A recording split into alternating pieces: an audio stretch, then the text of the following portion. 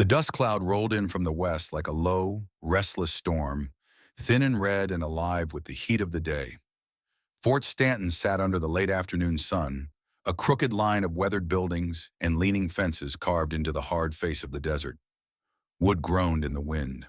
A loose sign creaked above the general store. Somewhere down the street, a horse stamped and snorted, tired of standing still. Harrison Lambert stepped out onto the boardwalk with a sack of flour slung over his shoulder. The weight of it pressed into his collarbone, familiar and steady, the kind of weight a man learned to live with when the land was all he had to answer to. He squinted into the glare, meaning to head for his wagon, when the shape of the approaching wagon caught his eye. It wasn't the stage. It wasn't a line of traders or a family chasing rumors of Greenland and easy living.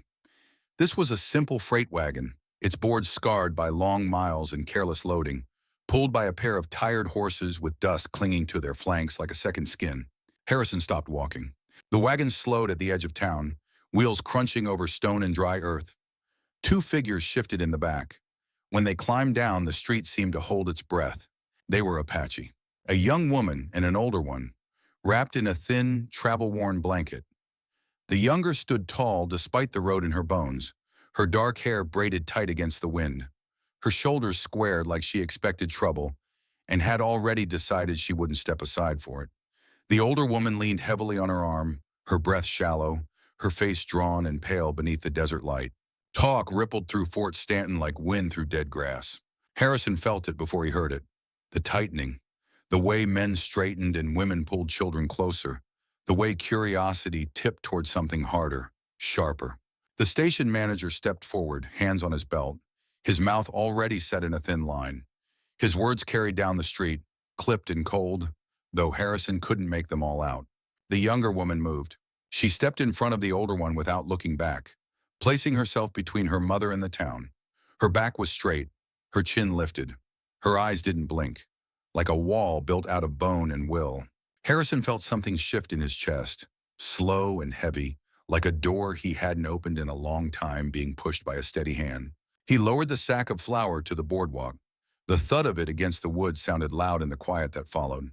He crossed the street, boots kicking up small clouds of dust with every step, aware of the way eyes followed him.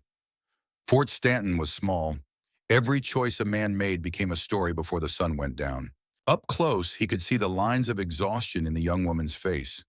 Not weakness, just miles, long days, short nights. He could see the older woman's chest rise and fall too fast, too shallow, like the air itself had become a burden. The station manager glanced at Harrison, surprised. "Afternoon," Harrison said, tipping his hat. The young woman turned her head just enough to look at him. Her eyes were dark and watchful, sharp with the kind of caution that came from learning early that the world didn't always offer kindness freely. Harrison swallowed. He hadn't planned to speak. He hadn't planned to do anything at all. But the words were there, waiting, like they'd been sitting in him for years, looking for a reason. "My home has room for both." The sentence fell into the street and didn't break. It spread instead, slow and steady, like water soaking into dry ground. The station manager opened his mouth, then closed it again. The older woman sagged a little, relief cutting through her frailty like a breath she'd been holding too long. The younger woman didn't move right away. She studied Harrison, her gaze measuring him the way you measure a river before you try to cross it. Finally, she nodded once. "Thank you," she said. Her voice was low, roughened by dust and travel, but there was strength in it. "My name is Tala Greyhawk. This is my mother, Naya." Harrison shifted the weight of the moment on his shoulders and found it heavier than the sack of flour had ever been. "Harrison Lambert," he replied. "You're welcome at my ranch." Around them, Fort Stanton went back to breathing. The wind picked up. A horse snorted. Somewhere, a door slammed. But in the space between the three of them, something had already changed. Tala helped her mother toward Harrison's wagon. He reached out without thinking, steadying Naya as she climbed up, careful with his hands, mindful of every movement. Tala watched him the whole time, her expression unreadable. When Harrison took the reins and clicked his tongue to the horses, the wagon rolled forward, carrying more than just two travelers and a sack of supplies. It carried a choice. And under the wide, unforgiving sky of the frontier, Harrison Lambert didn't look back. The wagon rolled out of Fort Stanton with a slow, patient creak, its wheels complaining over stone and hard-packed dirt like an old man rising from a chair. The town fell away behind them, the crooked buildings shrinking into a line of weathered wood and pale dust. Ahead, the land opened wide and honest, stretched out beneath a sky so big it made a person feel small just by standing under it. Harrison kept his eyes on the road, the reins loose in his hands, guiding the horses through ruts and shallow washes carved by storms that came fast and left just as quickly. The heat still clung to the day, heavy and dry, but the wind carried a promise of cool from somewhere far off. Behind him, Tala sat straight-backed on the bench, her mother wrapped in the thin blanket at her side. Naya coughed softly now and then, a small, brittle sound that seemed too fragile for a place this vast. Tala's hand rested on her mother's arm, steady and protective, her fingers moving only when the wagon lurched and Naya swayed. The first mile passed in silence. It wasn't the uncomfortable kind, the sort that pressed on a person's ears and made them want to fill it with words. It was the kind of quiet the land demanded, the kind that belonged to open spaces and long roads, and the understanding that talking didn't change how far you still had to go. Harrison cleared his throat, more out of habit than need. He lifted one hand from the reins and pointed toward the distant rise of blue and gray on the horizon. "Those mountains there," he said, his voice roughened by wind and dust. "You watch them long enough, you'll learn their moods. Wind shifts up there before the rain comes down here. Gives you a little warning, if you're paying attention." Tala followed the line of his finger.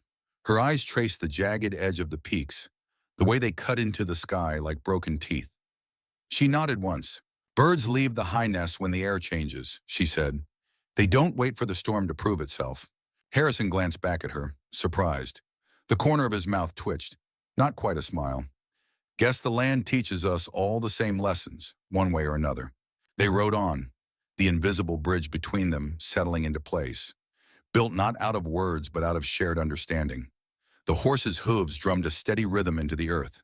A hawk circled high above, its shadow sliding across the ground like a passing thought. The road narrowed as they left the last signs of the town behind. Sagebrush and scrub grass pressed in closer, their pale leaves whispering when the wind moved through them. The smell of dust and sun-warmed earth filled the air, sharp and clean in a way that felt almost like a promise. Naya shifted under the blanket, her breath hitching. Tala leaned closer, murmuring something soft in her own language, the words low and gentle, meant only for her mother's ears. Harrison slowed the wagon without thinking, easing the horses to a steadier pace. "You need water?" he asked over his shoulder. Tala hesitated, then nodded. Harrison reached down and passed back the canteen. She took it, careful not to spill, and held it to her mother's lips. Naya drank in small, grateful sips, her eyes closing as if the simple act of swallowing cost her more than she wanted to admit. 5 miles wasn't far on a map. Out here, it felt like a lifetime. The land rolled and dipped, opening into a shallow valley where a thin line of green marked the path of a creek. Cottonwoods leaned toward the water, their leaves catching the light and flashing silver in the breeze. Harrison felt a familiar pull in his chest when he saw it. The quiet pride of a man who had carved a place for himself out of stubborn ground and hard days. "There," he said, nodding ahead. "That's mine." The ranch came into view a moment later. A low square house of wood and adobe, its porch wrapping around one side like a tired arm. A small barn stood off to the right, its doors scarred and sun-bleached. A corral fence ran crooked but solid, enclosing a few horses that lifted their heads at the sound of the wagon's approach. Tala didn't move when they stopped. She stepped down slowly, her boots sinking into the soft dust near the fence. She turned in a slow circle, taking in the slope of the land, the angle of the sun, the way the wind slid down from the hills and curled around the house before drifting on. This wasn't a place to rest. This was a place to endure. Harrison watched her, understanding without needing her to say it. The ranch wasn't kind. It didn't pretend to be. It gave back only what a person was willing to fight for. Tala finally looked at him, her gaze steady. "We can stay," she said. It wasn't a question. It was a decision. Harrison nodded once, the same way she had on the road. "Then you're home," he replied. The wind moved through the grass. The horses shifted in the corral. And somewhere between the last mile of road and the first step onto the porch, 3 lives settled into a new direction, none of them fully understanding yet where it would lead. The house gave them a roof, but it didn't give them peace. That was the truth Tala felt the first night the wind rattled the loose boards and the coyotes sang from the far hills. A home could keep the rain off your head. It couldn't always quiet the part of you that stayed awake, listening for trouble. So Tala chose the shed. It stood a short walk from the main house, a low, weather-beaten structure that smelled of hay and leather and old wood. She laid her blanket out on a stack of feed sacks and kept her boots within reach, the way she always had. The door stayed cracked, just enough to let in the night air and the silver wash of moonlight. Inside the house, Naya took the chair closest to the hearth. Harrison had built the fire high, the flames snapping and popping like they were trying to say something of their own. He brought out a spare quilt, thick and rough spun, and draped it over Naya's shoulders without a word. She nodded her thanks, her thin hand closing around the edge of the fabric like it was something precious. By morning, Fort Stanton had found a new story to tell. It started quiet, the way rumors always do, half whispered at the well, passed between men leaning on fence posts, carried in the space between sips of coffee at the general store. Apache don't stay long. Best keep an eye on him. Harrison heard it when he rode into town for supplies. He felt it in the way conversations paused when he walked past, in the sideways looks that followed him down the boardwalk. He didn't argue. He didn't explain. He just kept bringing flour and beans and coffee back to the ranch like he always had. Tala noticed the change before he ever said a word. She saw it in the way he squared his shoulders when they passed another wagon on the road, in the way his jaw set when he spotted a pair of riders watching the house from the far side of the creek. Bringing them here, she realized, hadn't been a simple kindness. It had been a line drawn in the dust. The days settled into a careful rhythm. Harrison rode out early with his hands, checking fences and moving cattle through the higher pasture, where the grass still held a little green. Tala kept close to Naya, gathering dry sage and bitterroot along the creek bank, laying them out to dry in the sun the way her mother had taught her. Naya's strength came and went like the tide. Some mornings she could sit straight and hum under her breath while she worked her hands through the herbs. Other days, even breathing seemed to cost her more than she had to give. It was on one of those harder days that the shout came from the far side of the corral. One of Harrison's hands, Tommy, a young man with more confidence than sense, staggered out of the barn, his face pale and slick with sweat. He made it 3 steps before his knees buckled. Harrison was at his side in a heartbeat, lowering him to the ground. "Fever," he muttered, pressing a hand to the boy's forehead. "Burning up." Naya heard the commotion and pushed herself to her feet, Tala at her elbow. The old woman knelt slowly, her movements stiff but sure. She took Tommy's wrist, her fingers light and deliberate, feeling for the pulse. "Bring water," she said, her voice thin but steady, "and the leaves by the door." Harrison didn't question it. They carried Tommy into the shade of the porch. Tala moved like a shadow, fetching what her mother asked for before the words were fully spoken. Naya crushed the dried herbs between her palms, releasing a sharp green scent that cut through the heavy air. She brewed a bitter tea and coaxed it past the boy's cracked lips. She laid cool cloths on his chest and murmured to him in a low, rhythmic voice that sounded older than the hills. The hours dragged. Harrison sat on the step, his hat in his hands, watching the rise and fall of Tommy's chest. The sun climbed and dipped. The wind shifted, carrying the smell of rain that hadn't fallen yet. By evening, the fever broke. Tommy stirred, his breathing easing into something closer to normal. He opened his eyes, glassy but alive, and managed a weak grin. "Reckon I ain't dead after all," he rasped. Relief hit Harrison like a wave. Word traveled faster than the wagon ever could. By the next day, the whispers in Fort Stanton had changed their tune. "Heard the old Apache woman saved that ranch hand. Maybe they ain't what we thought." Tala watched it happen from the edge of the porch, her arms folded across her chest. She looked at Harrison, really looked at him, for the first time. Not as a man with land and fences and a house he could take away if he chose, but as a man who had trusted her mother when it mattered, who had sat in the dust and waited instead of taking control. A man who kept his word. Harrison met her gaze, uncertain of what he saw there, but feeling the weight of it all the same. Between them, something shifted again. Not loud, not sudden, just enough to change the ground they were standing on. Harrison learned first what not to touch. It started small, the way most lessons do. A moment of habit, a hand lifted without thinking toward the dark braid that lay over Tala's shoulder, and the way she went still as a drawn bow. He stopped himself in time, his fingers hovering in the air, the space between them suddenly loud with everything he hadn't said and didn't yet understand. He lowered his hand and stepped back, From then on, he paid attention. He learned the quiet rules of Naya's world, the bundle of feathers and beads by the hearth that no one stepped over, the small circle of stones near the door that marked a place for prayer, the way Tala set her boots to one side before entering certain spaces. Harrison treated those lines like he treated his own fences. You didn't cross them unless you were invited. Tala noticed. She noticed the way he waited instead of reaching, the way he asked with his eyes before he asked with his words, the way he left her mother's herbs alone, even when the sharp green smell filled the kitchen and made him curious about what each leaf might do. Respect, she realized, could be as steady as any kind of kindness. In return, she stepped into his world. Harrison showed her how to mix flour and water and yeast into something that could stand on its own. The first loaf she pulled from the oven was lopsided and burned on one side, but she held it up like a small victory anyway. Looks like it's been in a fight, Harrison said, trying not to smile. It won, Tala replied, tearing off a piece and handing it to him. She learned how to set a fence post straight, how to drive the iron into the ground with the flat of a hammer, how to listen for the hollow sound that told you the earth wasn't solid yet. Her hands blistered and healed and blistered again, the skin toughening in a way that made Harrison both impressed and uneasy. You don't have to do the heavy work, he told her one afternoon as she wrestled with a length of wire. Tala wiped sweat from her brow with the back of her hand. The land doesn't care who is tired, she said. It only cares who stays. At night, when the sky opened up and poured stars over the valley, Harrison taught her the names he'd learned as a boy. The North Star that didn't move, Orion's belt, bright and crooked like three nails driven into the dark. The way the Milky Way cut across the sky like a pale river. Tala listened, then pointed out her own constellations.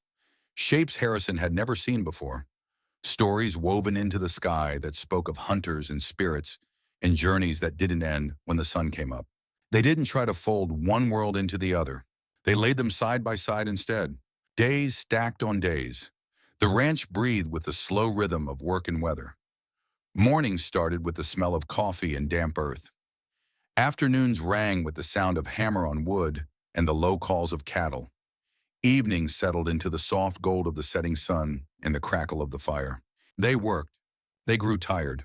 They laughed when things went wrong, when a fence leaned no matter how many times they straightened it, when a pan of biscuits turned to something closer to stones than food, when Harrison's horse decided to test Tala's balance and she landed in the dust, swearing in a language he didn't understand. Harrison offered his hand. Tala took it. The moment lingered a second longer than it needed to. Neither of them said anything. Naya watched it all from her chair by the hearth, her eyes bright with a knowing that came from a lifetime of seeing how people circled each other before they ever dared to step close. There were lines in the land and lines in the heart, and both could be crossed only with care. One evening, as the sun dropped behind the hills and painted the sky in shades of fire and ash, Harrison and Tala sat on the porch steps, boots resting in the dust, shoulders almost touching. Back where you come from, Harrison said, staring out at the valley. What did you do when the work was done? Tala thought for a moment. We told stories, she said, so the children would know who they were. Harrison nodded. Guess we do the same, just with different words. She looked at him then, really looked, and for the first time, he didn't feel like a stranger standing on the other side of a fence. They were still careful, still quiet, still walking the edges of something neither of them was ready to name.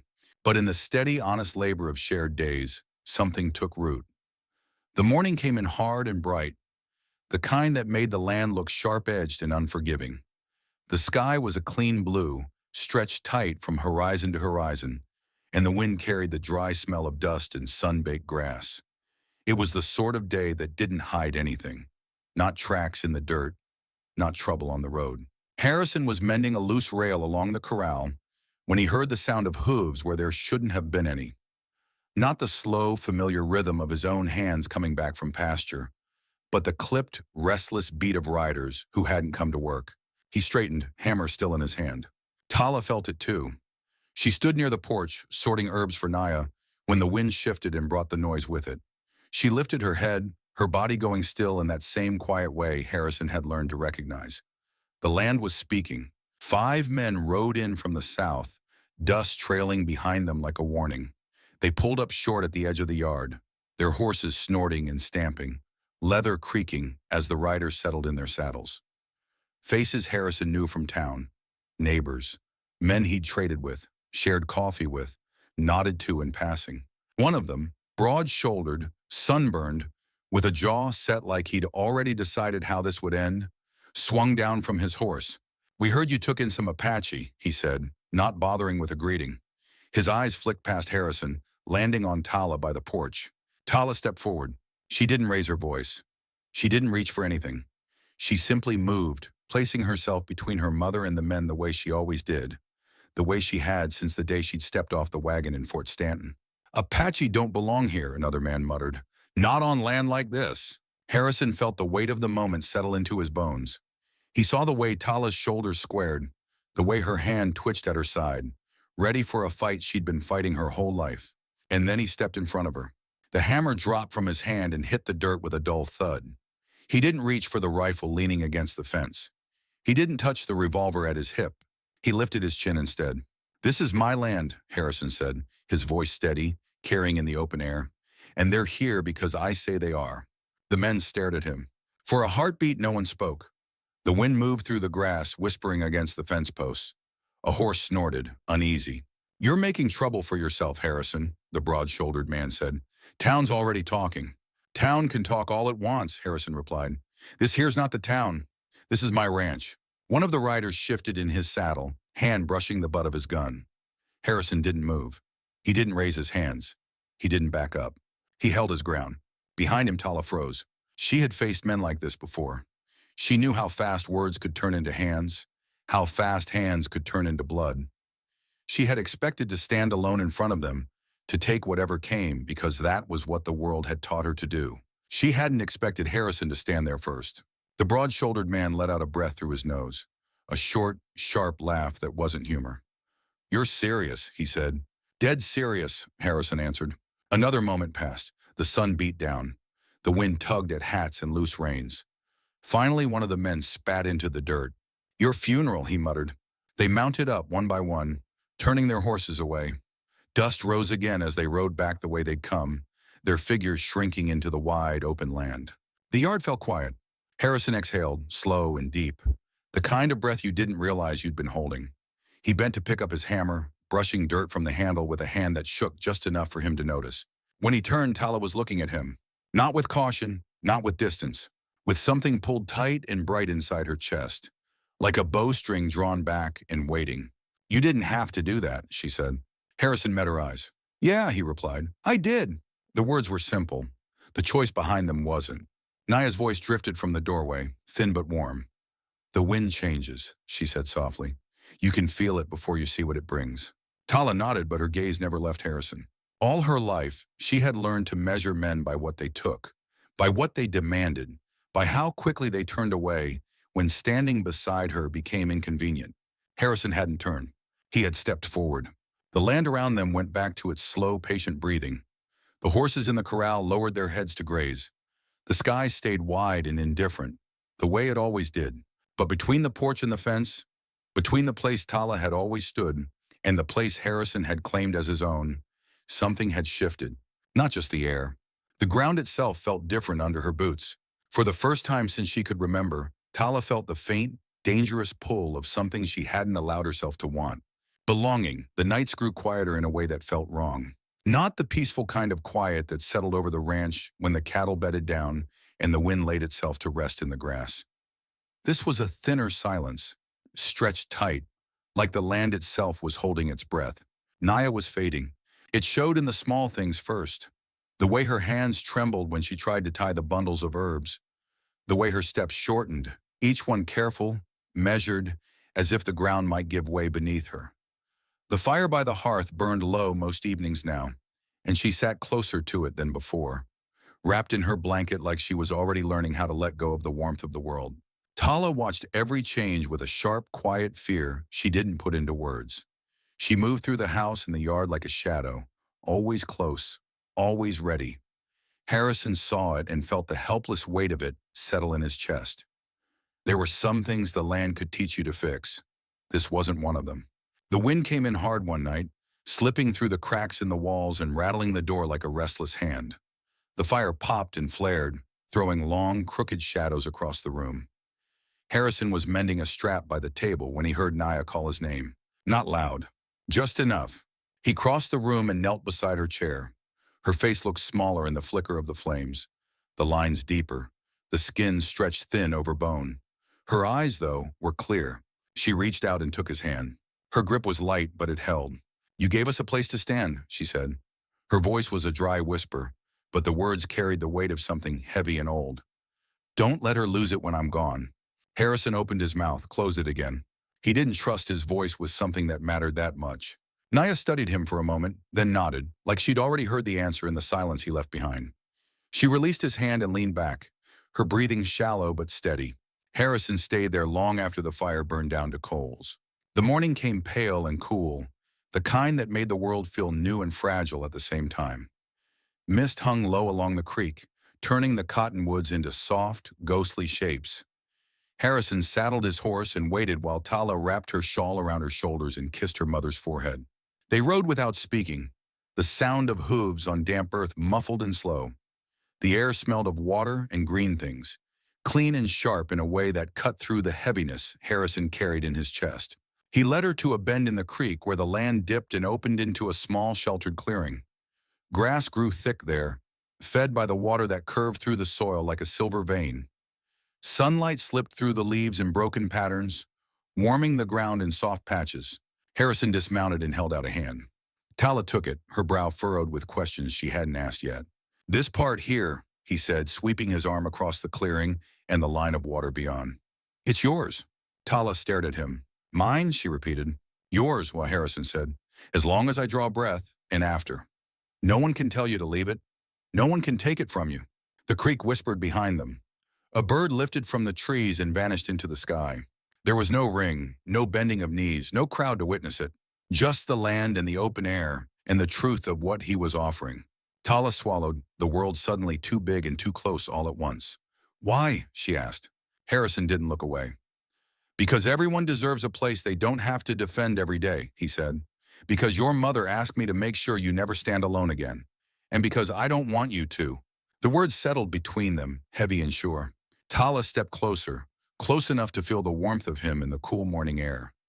She reached down and pressed her palm into the damp earth, then lifted it and placed it against his chest, right over his heart. "Then this is my ground," she said softly, "and this is where I stand." Harrison nodded. They stood there for a long moment, the creek running and the wind moving through the leaves.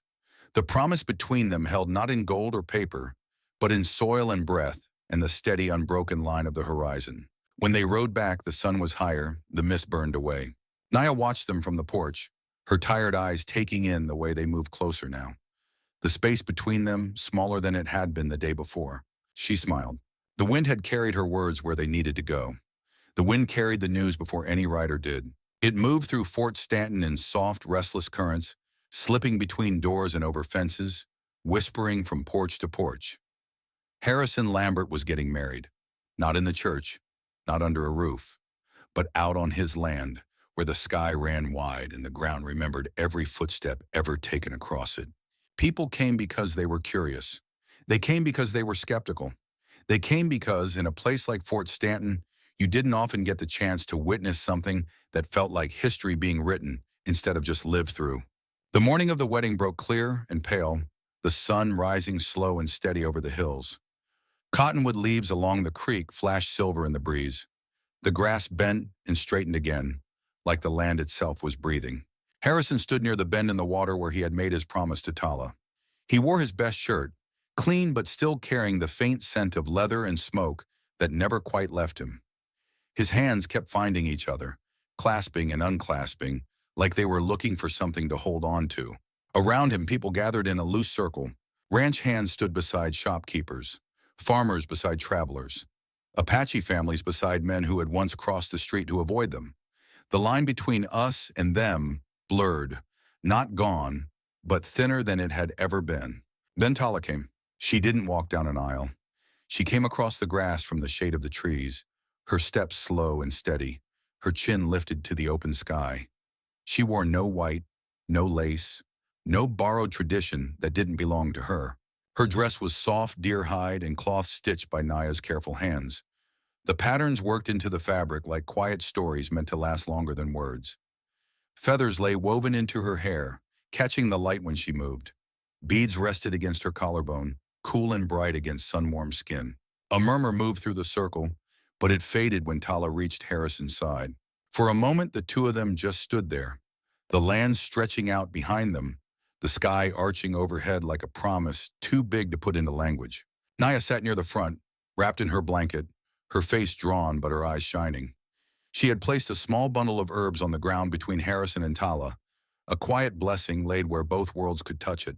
There was no preacher, no book, no one to tell them when to speak. Harrison took a breath that tasted like dust and wind and everything he'd built with his own hands. "I stand here with you," he said, his voice carrying in the open air, "on land that's been here longer than either of us. I don't promise you an easy life. I promise you an honest one. I promise you a place where you don't have to fight just to stand." He turned not just to Tala, but to the circle around them. "I take not only this woman as my wife," he continued, "but the people and the stories that shaped her. I won't ask her to leave any part of herself behind to stand beside me." Tala's throat tightened. She stepped forward, her hand resting over the small bundle at their feet. "I stand with you," she said softly, but there was strength under the quiet. "On ground that has known my people and now knows you. I won't ask you to become what you're not. I will walk beside you as who I am." The wind lifted then, gentle but steady, tugging at hair and fabric, carrying their words out across the valley like seeds. Harrison reached for Tala's hand. She gave it to him. There was no ring to mark the moment, no paper to make it official. Just the circle of people, the open sky, and the land bearing witness. Someone, no one later remembered who, started to clap.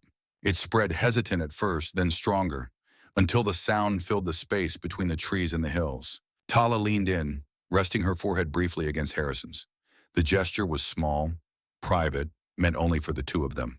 When they pulled back, Naya raised her hand, her voice thin but clear. "Two paths," she said, "that meet and keep going together." That was all, but it was enough. Afterward, the circle loosened. People drifted closer, offering nods, awkward smiles, quiet congratulations. Children ran through the grass, their laughter cutting through the low hum of conversation. Someone brought out a jug of cider. Someone else passed around fresh bread. For the first time, Fort Stanton didn't feel divided into sides. It felt like a single, uneven, complicated whole. As the sun climbed higher, Harrison and Tala stood at the edge of the creek, watching the water slide past the place where he had given her the land. "This is real," Tala said, not quite a question. Harrison squeezed her hand. "Real as it gets." She looked back toward the people gathered under the wide, indifferent sky, Apache and settlers standing in the same dust, breathing the same air. For the first time in her life, Tala didn't feel like she had to choose which world to belong to. She belonged to both. And as the wind moved through the grass and the creek kept running, Fort Stanton bore quiet witness to something it had never seen before. A family that wasn't built on one side of a line, but across it. The first cry cut through the night like a thin, fierce promise. It rose above the wind in the cottonwoods and the low murmur of the creek, sharp and alive. And for a moment, the whole ranch seemed to lean in and listen. Harrison stood just outside the bedroom door, his hat clutched in both hands, boots planted in the dirt like he could root himself there if he tried hard enough. Every sound from inside, the rustle of blankets, Tala's breath, Naya's steady, murmured instructions, landed in his chest and stayed there. When the door finally opened, Naya's face was drawn with exhaustion, but her eyes shone. "A son," she said simply. Harrison didn't remember moving. One moment he was on the porch, the next he was kneeling by the bed, looking down at the small, red-faced bundle in Tala's arms. The baby's fists opened and closed like he was already testing the world, measuring what it might give him and what he might take back. Tala met Harrison's eyes over their son's head. There was weariness there, and pride, and something steady and unbreakable that hadn't been there before. "He belongs to both of us," she said. Harrison nodded, his throat too tight for words. That night, while the wind slid low across the valley and the stars burned bright and close, Tala tied a small bundle of feathers and beads to the cradle by the bed. Her hands moved with careful purpose, each knot pulled tight, each strand laid in place like a quiet promise. "Protection," she murmured, more to the baby than to Harrison. Harrison stepped outside and came back with a rusted horseshoe he'd kept nailed above the barn door for years. He cleaned it as best he could, then hung it over the threshold to their room, the open end pointing skyward. "Luck," he said, a little awkward, a little hopeful. Tala smiled at him, the kind of smile that didn't need words. They named the boy with two names, one from each world, so he would never have to choose between them. Tala whispered the Apache name into his ear, her voice soft and sure. Harrison spoke the other, his tone rough with emotion. The baby blinked, unimpressed by the weight of it all, and yawned. In the days that followed, the ranch changed. It wasn't sudden, it wasn't loud, but it was real. Neighbors came, hesitant at first, standing at the edge of the yard like they weren't sure where the line was anymore. Some brought food, some brought blankets. A few just came to look at the child who had been born under the open sky, wrapped in both beads and burlap. Tala welcomed them the same way she welcomed the morning, quietly without fuss. Harrison offered coffee and a place to sit. The baby slept through most of it, unaware that he was already doing something the rest of them had never quite managed. The boy grew with the land. He learned the sound of cattle lowing at dawn and the rustle of grass under a steady wind. He learned the smell of bread, baking in the oven, and sage burning low in a bowl by the hearth. Tala taught him her words first, soft and rhythmic, naming the world in a language that felt like it belonged to the earth itself. Harrison followed, pointing out fences and stars and tools, giving them names that rang with work and weather and the long line of men who had come before him. The child listened to both. He ran between the corral and the creek, between Naya's stories by the fire and Harrison's lessons in the saddle. He learned to track birds in the dust and to count fence posts by the bend in the road. He learned that hands could be used to build and to heal, to hold and to let go. Slowly, the ranch became something else. Travelers started stopping there instead of in town. A place to rest, a place to water horses, a place to ask for help when the road had been long and the night promised to be longer. No one asked where you came from anymore. They asked what you needed. A tool, a meal, a place to sit and breathe for a while. Harrison and Tala didn't make a rule of it. They didn't put up a sign. They just kept opening the gate. Naya watched it all from her chair by the hearth, the baby often in her lap, her thin fingers tracing circles on his back. "He walks in two shadows," she said once, her voice light but knowing, "and makes a third." Harrison didn't fully understand what she meant, but he felt the truth of it in the way people looked at the boy. Not as a line drawn in the dust, but as something that crossed it. One evening, as the sun dropped low and turned the valley gold, Harrison and Tala stood by the fence, watching their son toddle through the grass, his laughter carried on the wind. "He's going to be trouble," Harrison said, a smile pulling at his mouth. Tala's eyes stayed on the boy. "He's going to be a bridge." The land breathed around them, patient and wide. The creek kept running. The sky kept turning. And in the small, steady heartbeat of a child who belonged to two worlds at once, Fort Stanton found itself changing. Not because it had decided to, but because it couldn't help it. The land kept growing, and so did the people on it. Not all at once. Not in ways you could point to and say, "There." That's when it changed. It happened the way rivers carve stone. Slow, patient, and impossible to stop once it found its path. Tala started with a handful of children. They came in the late mornings, dust on their boots and curiosity in their eyes. Apache boys who knew how to read the wind, but not the letters on a page. Settler girls who could recite sums but had never learned the names of the hills beyond their fences. Tala gathered them in the shade of the cottonwoods by the creek, spreading out a blanket and a few worn books Harrison had brought back from town. She didn't stand at the front like a schoolteacher. She sat with them in a circle. She taught them words in both languages. She taught them numbers by counting stones from the creek bed. She taught them stories, some about hunters who followed the stars, some about farmers who crossed the plains with nothing but a wagon and a stubborn kind of hope. At first, the parents lingered at the edges, arms crossed, watching. Some came out of curiosity, some out of concern. But the children kept coming back, and after a while so did the adults. They sat on fence rails or leaned against trees, listening without meaning to. Harrison watched it from a distance, a quiet pride settling into his chest. He was busy in his own way, expanding the ranch as the herd grew. New pasture meant new fences, new hands, new risks. He hired whoever could work, men from town, travelers passing through, Apache boys looking to earn their first real wages. The work was hard, the pay was fair, the rules were simple. You pulled your weight. You watched out for the person next to you. Slowly, the crew started to look less like a line drawn down the middle, and more like a knot tied together by shared days and sore muscles, and the kind of laughter that only came after a long, hot afternoon under an unforgiving sun. Naya's strength faded as the seasons turned.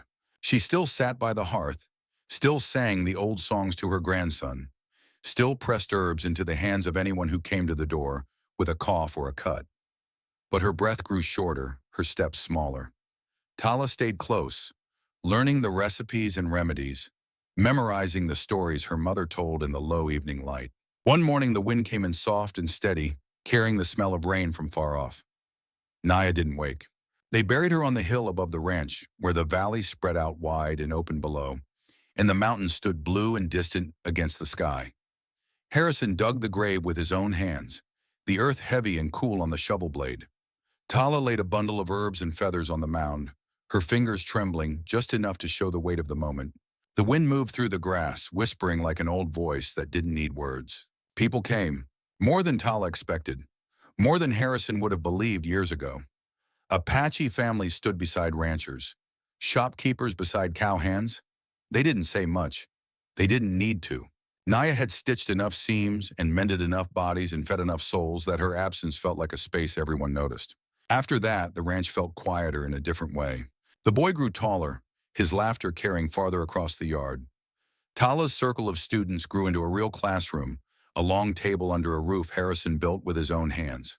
The lessons grew too: reading, writing, maps of places most of them would never see, and stories about the ones they stood on every day.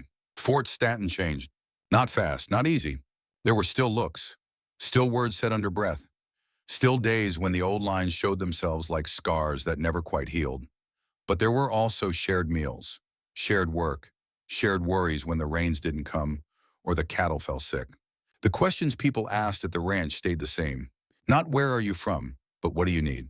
One evening, as the sun sank low and painted the valley in golden rust, Harrison and Tala stood by Naya's hill, the wind tugging at their clothes, their son throwing stones down the slope and laughing when they bounced and rolled. She would have liked this, Harrison said quietly. Tala nodded. She believed the land remembers what you do on it, she replied. Not your name, not your face, just your choices.